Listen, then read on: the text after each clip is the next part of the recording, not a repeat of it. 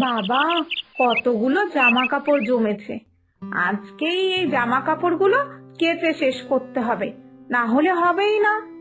না না, এখনই কাপড়গুলো সব সার্ফের জলে চুবিয়ে কাচতে বসে পড়ি। পরে যখন রোদের তাপ বেড়ে যাবে, তখন অত রোদে বসে এই কাচাকাচি করতে বড্ড অসুবিধা হয়। এখনই সব সেরে ফেলা ভালো।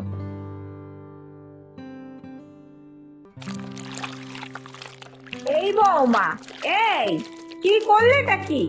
এতগুলো সার্ফ দিয়ে দিলে মাত্র এই কটা জামা কাপড় কাচার জন্য? তাই তো বলি, এত তাড়াতাড়ি এত সার্ফ খরচা হচ্ছে কি করে? মনে সন্দেহ হলো, তাই তো দেখতে আসলাম। আর এসে দেখি যেটা ভেবেছি সেটাই ঠিক। এই, তুমি বেশি বেশি করে সার্ফ দিয়ে জামা কাপড় কাচছো আর সার্ফ নষ্ট করছো? হ্যাঁ, জামা কাপড় অল্প সার্ফেই কি পরিষ্কার হয়ে যায়, খালি এরকম আছাড় মেরে মেরে কাচতে হয়। এই তুমি কিছুই বুঝতে পারো না গো বৌমা। যাকে যাক, যা হয়েছে হয়েছে।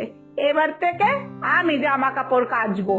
দেখবে, এমন আছাড় দিয়ে দিয়ে কাচবো না, অল্প সার্ফেও সব জামা কাপড় কেমন পরিষ্কার হয়ে যায়। তোমার আর কাছাকাছি করার কোনো দরকার নেই কো। যাও যাও, তুমি এখানে সব রেখে তুমি তোমার অন্য কাজে যাও।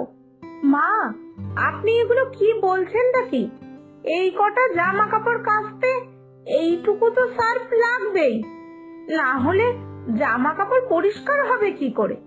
শুধুই কি আর আছাড় দিলেই জামা কাপড় পরিষ্কার হয় নাকি? আপনি কি যে বলেন না মা!